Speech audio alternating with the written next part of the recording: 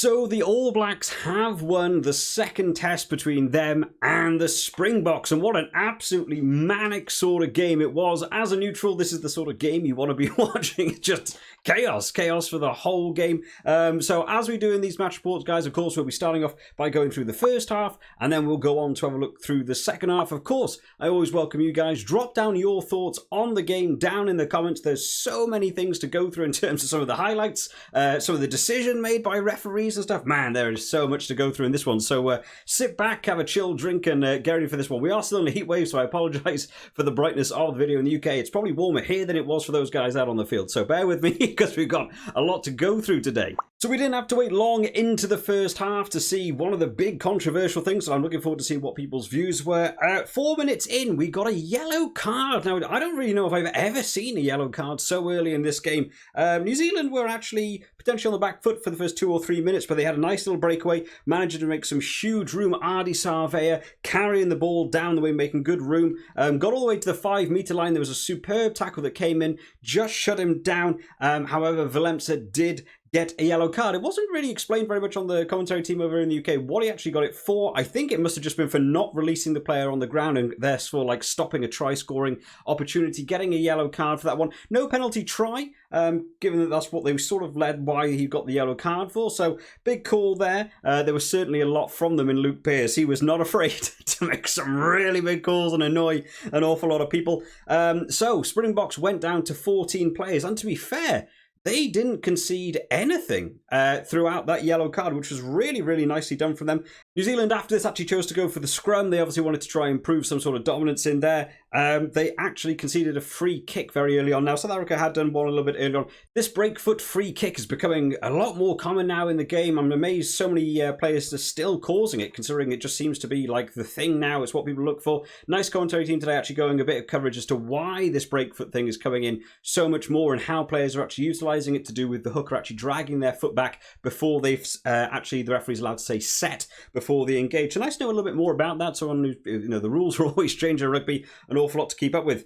New Zealand went on a huge attack after this. They tried to get back up that field. They knew they had the man advantage when we had an enormous interception from Peter Steph du Toit running literally 50 metres up the field. Now, he's a big guy. He's not necessarily the fastest man on the field, but it was a superb break. There was a great cover tackle that did actually come in. I'm trying to have a look here. Geordie Barrett was the man who got over for the try-saving tackle right in the corner. Absolutely brilliant.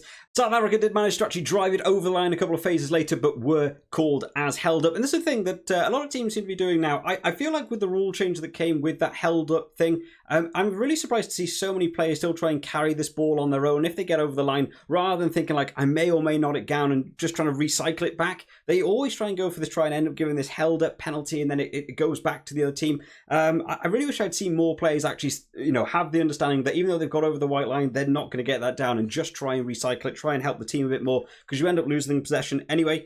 New Zealand cleared, and we go over to now the line-out situation, where the line-out situation for South Africa, not the best in this first. In fact, the set piece, not the best for South Africa. One thing we saw in that first game was that they were looking relatively solid just across the park. Obviously, Dweba having to start this game. A lot of people were saying in the preview video, down in the comments, that Dweba was obviously this third choice hooker, so it was going to be big pressure on him. There were a couple of free kicks against him for in the scrum situation, and line-outs weren't really going well. The second line-out did go a little bit better, but yeah, a couple of not throws, so we will get onto a bit later about how South Africa tried to sort that one out. New Zealand did get a scrum off the back of this and won an actual penalty. Malherbe dropping down in the scrum. And we got to 15 minutes into this game. We've seen 4 scrums at this point, and we haven't had a single complete scrum. It's one of the things I'd like to see World Rugby try and work on a bit. Scrums are just so inconsistent now. We just don't get to see who's going to win this scrum battle, because we never actually get to have one for a long period of time.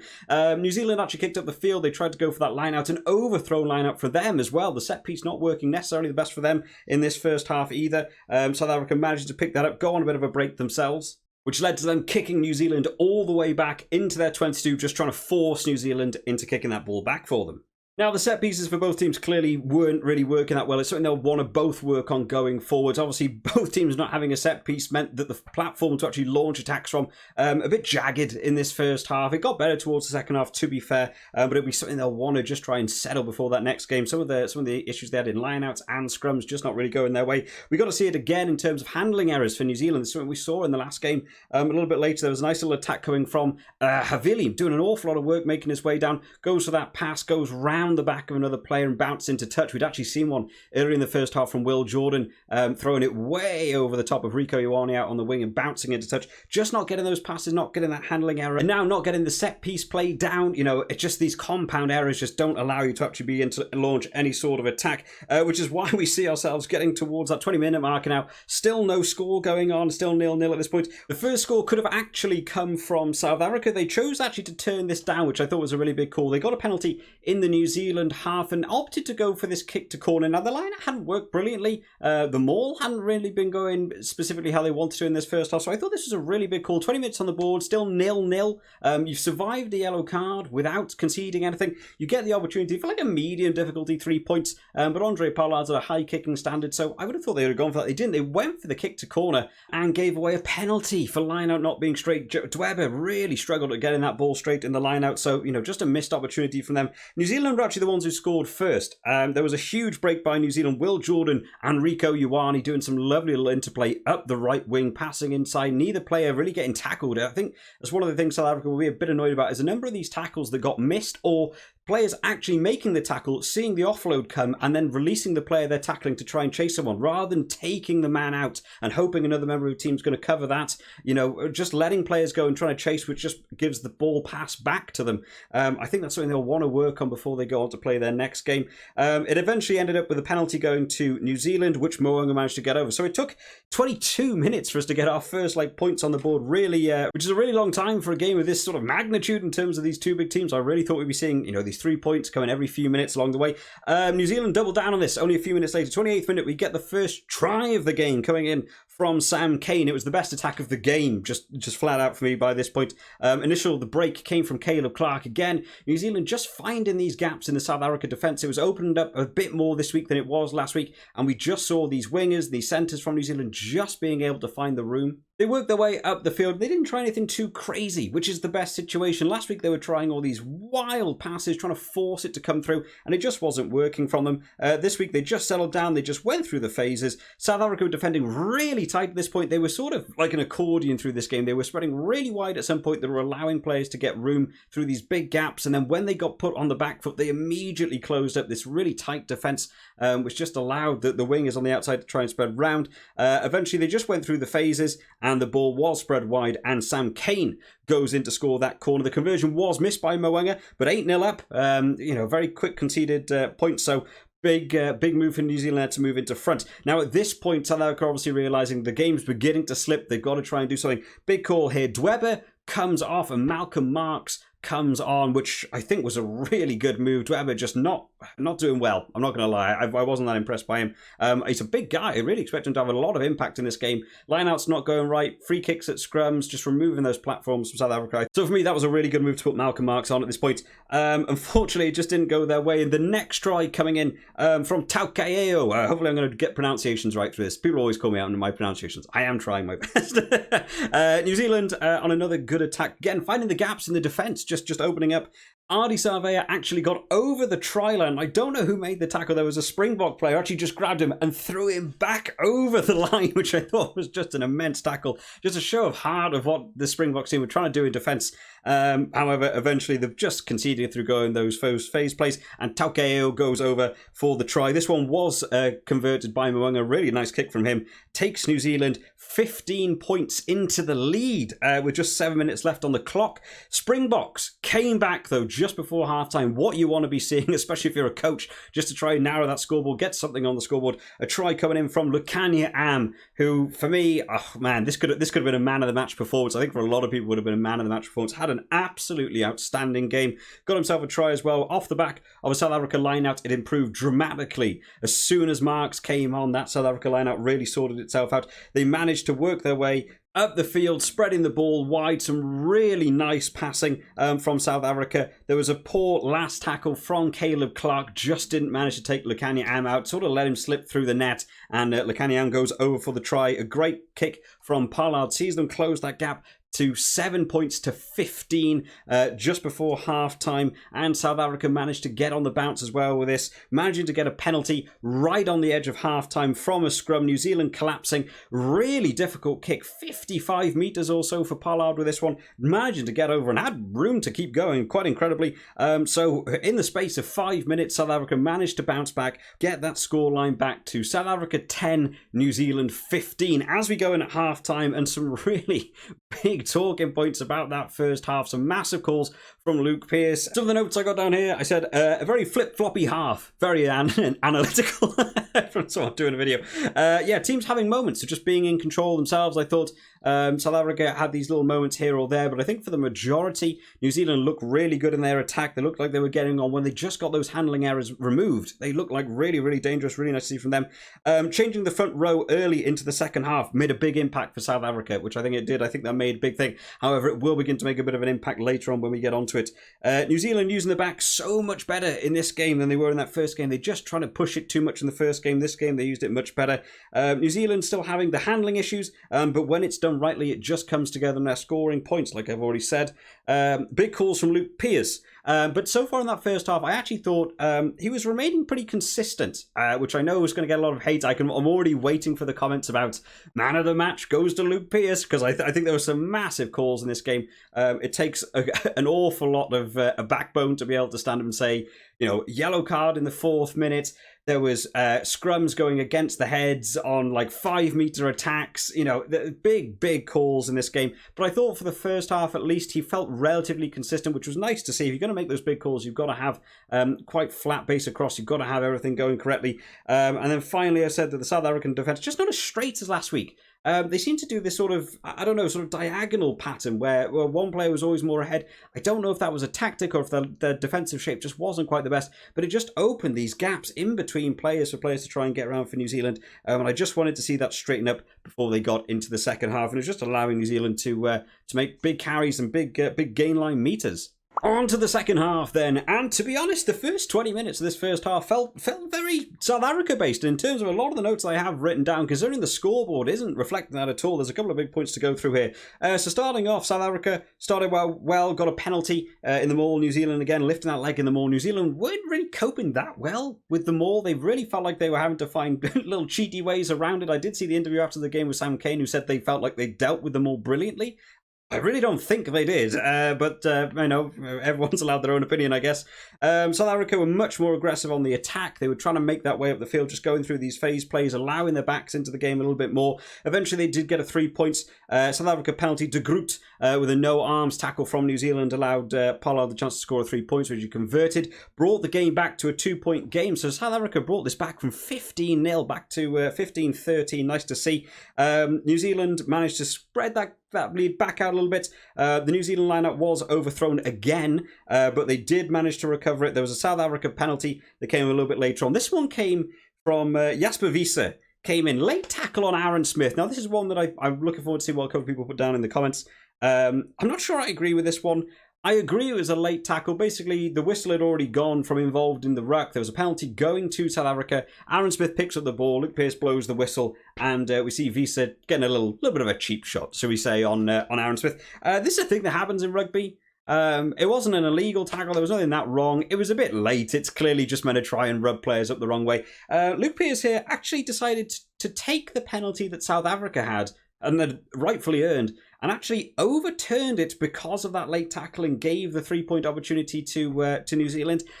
And I disagree with that. I kind of wish we didn't have that in rugby. I maybe wish we got to see maybe a downgraded thing. I really don't think you should be allowed to overturn a penalty for that. No one got hurt. It wasn't a dangerous tackle. It was clearly just something to try and rub players up the wrong way. They obviously don't want to see it more in games, which is why they stamp it out a little bit.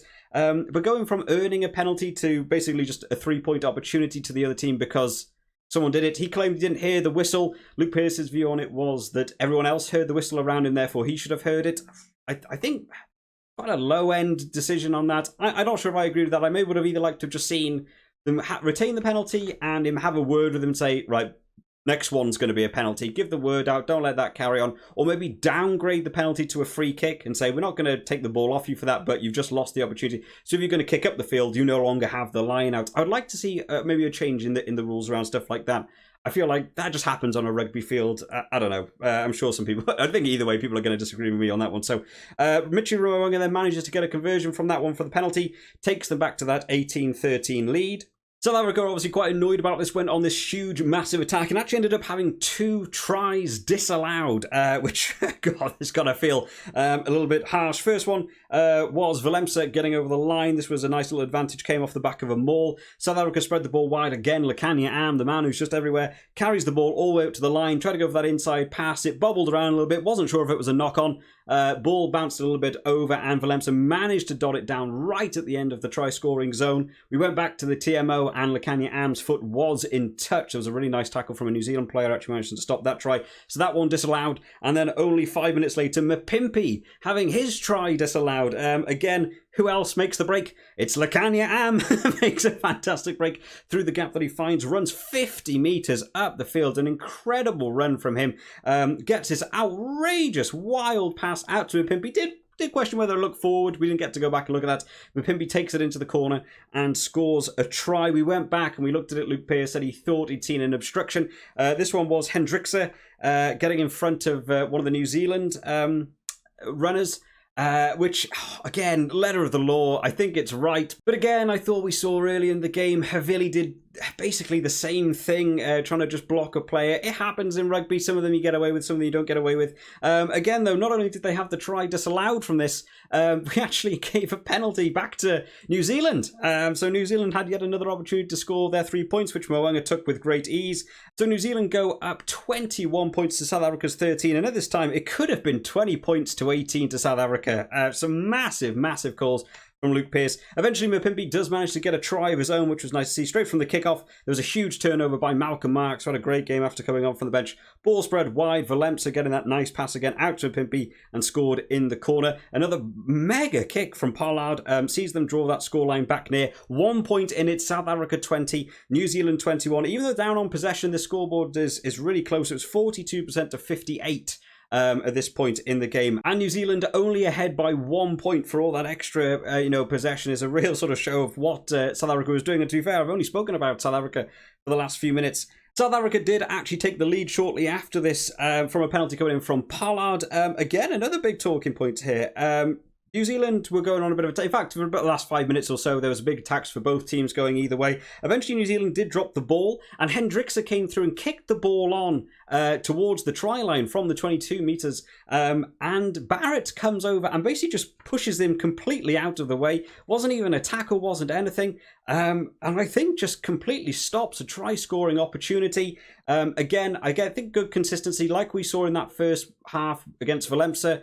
Luke Pearce comes in, yellow card against Beauden Barrett. I think I'd agree with that decision. I think he did stop a try-scoring opportunity. They did say they thought one of the New Zealand players had it covered. I think that might have been a tight foot race. So there was no penalty try, but another yellow card given. So Pollard took that 3 points, easy opportunity there. So they went into the lead for the first time in this game. 67 minutes or so up. I can't remember what's on the board now. So South Africa 23, New Zealand 21. And then unfortunately this game just begins to slip away for the Springboks. Really weird because the line-out then began to work really well. We saw them winning penalties at the scrums because New Zealand had to replace one of their forwards to bring Mo'unga back on and no Barrett because of the yellow card. So they were down in the scrum. They were having to chuck Quintapaya into the scrum. So South Africa were beginning to win these lineouts. They were beginning to win these scrums. And we really thought they were going to be able to potentially make a bit of a record comeback here. But New Zealand just being New Zealand, they're just going to be able to hold it out. Try coming in from Havili in the 74th minute. New Zealand on the break from their own half. This was a really nice play, actually. This came down, called the mark. They get a little tap and go. Will Jordan spread the ball wide. Ioane on another fantastic break. New Zealand manages to work through the phases. These gaps are just opening in the defence. And I think this might have come down to how many substitutions South Africa made in that first half. I think after playing I don't know, 50, 60 minutes. A couple of these guys now in the forwards are beginning to get a bit tired. We saw them just sucking in air, trying to keep it going. But yeah, eventually those gaps were beginning to open up. Havili smashes through and stretches out for the try line. Didn't want to give it to Will Jordan. Give me some points in the Fantasy League. Didn't do that. But managed to get a try himself. Really well, reach try. Fair play to him. And the conversion coming in there from Mo'unga sees New Zealand go 5 points into the lead with 5 minutes left on the board. You thought South Africa were going to have to go for the big comeback here. They tried a couple of attacks, but New Zealand just sort of had the better of every area they were going to. Again, a couple of calls from Luke Pearce not helping South Africa at this point. And eventually, just before the end of the game, we see another try coming in. Scott Barrett, there was a great kick from Geordie Barrett from back in his own half, kicked South Africa all the way down. Valemsa had to cover the backfield. Not a lot of room to work with, just kicked it out as far as he could. Just got just before the edge of the 22 metres. The big maul starting, trying to drive South Africa back, not really necessarily going anywhere. They just went through the phases, through the forwards. Ardi Salver actually looked like he got over. Scott Barrett was absolutely amazed that he hadn't scored that, but eventually the ball came out to him himself. Got over for that try, and Mo'unga finishing off this game. New Zealand 35 to the Springboks 23. So a big scoreboard difference there. I don't really think it's a fair reflection of the game. I thought the two teams were way more even. I could have seen this game come down to a couple of points either here or there. But 12 points difference, sort of like the first game. Again, just that big scoreline that I wasn't expecting in the preview video. But fair play. Well done to the All Blacks. So Rico Ioane got man of the match. And I think probably deserved from a New Zealand standpoint. I certainly think man of the match for New Zealand was Rico Ioane. I think man of the match for Springboks was absolutely Lukania Am. I thought both of them had just an exceptional game. This was the game for the centres this week, apparently. Yeah, not really anything too crazy in terms of the stats, really. Obviously, New Zealand have the better stats for possession. They had more turnovers, 13-12. They had more penalties conceded, actually, 10-7. That was one of the key areas where they would talk about in the commentary, whether they thought South Africa should have gone for more penalties towards that 3 points. I certainly think maybe in that first half, the one they kicked to the corner could have been a 3, but it probably wouldn't have changed the outcome of that game. Maybe if they'd just gone for the 3 points more, they might have kept it a little bit closer, but, final score, that's not going to make a huge difference. In terms of final notes on the game, I said South Africa looked to be back on top of the set pieces, so surprised to see it go just sort of so wrong in that final 5 minutes. New Zealand having so much room on the outside in this second half. South Africa defence just too narrow. We saw Caleb Clark, we saw Rico Ioane, we saw Will Jordan, we saw all these lads making room on the wings, just not spreading out wide enough. South Africa looked much better up front after replacing that front row, but then during the end it looked like they were getting a bit tired, as I've already said. Yeah, I think that was potentially one of the key areas for this game why it began to get away from them. Couple of massive calls from Luke Pearce. That's a fun note by me. Yeah, South Africa getting on the wrong side of the ref and a couple of key opportunities. I think if you're a South African subscriber, you probably feel a bit hard done by in this game. I thought Luke Pearce was relatively consistent, certainly through the first half. I thought towards the second half it began to get a bit inconsistent. There was one point where South Africa actually had 2 driving mauls and earned penalties from both. And I thought maybe with how harsh he was being on try scoring opportunities, there could have been another yellow card there. But I think fair play to a ref for making these big calls. There's so many times referees will be too scared to make the calls, but I certainly think if you're a South African, you're probably feeling a bit hard done by on a couple of the calls, because I think some of them were real tight, but just sort of following that letter of the law maybe is what that way he was more going down. Don't feel the box kicks worked as well in this game. Yeah, it was something that South Africa kept trying in the second half. I really don't think the second half, I thought New Zealand in the aerial battle were doing much better. I don't think they were making as much ground from these box kicks. And even in the final sort of 5-6 minutes, we were still seeing South Africa go for these box kicks. And they just weren't going anywhere. And especially when you're down on points, I would just like to see them hold the ball in their hands. They didn't really look like they had a great deal of attacking threats apart from Lukania Am in that sort of final sort of 10 minutes or so. I just wish they kept down those boxes, keep possession, keep the momentum going yourselves and try and score those points. And then the final note, New Zealand much improved at the breakdown. Thought it looked much better this week. It was one of the areas South Africa were dominating last week, so they certainly must have done a lot of work on that in training, because it looked much better this week. They weren't really allowing South Africa to get a lot. In fact, like I said, winning the turnover rate 13-12 as well, so much more improved from those guys. But there we have it, guys. That's going to be the match report for today. Of course, let me know what you guys think down in the comment section of the game. Don't be too harsh on this video because of the result. I wasn't on the field. It feels like I'm on the field for how warm my house is right now. But yeah, anyone that enjoyed this video today, remember to leave this video a like. If you're not subscribed, feel free to press that subscribe button. It's super easy. It's one click. You can always unsubscribe later if you really want to. We do have Argentina versus the Wallabies coming up, so there will be another match report coming out a little bit later for that. So make sure you are sticking around on the channel to see that after that game ends. I hope you've all enjoyed today, guys. I will see you all next time. Bye-bye.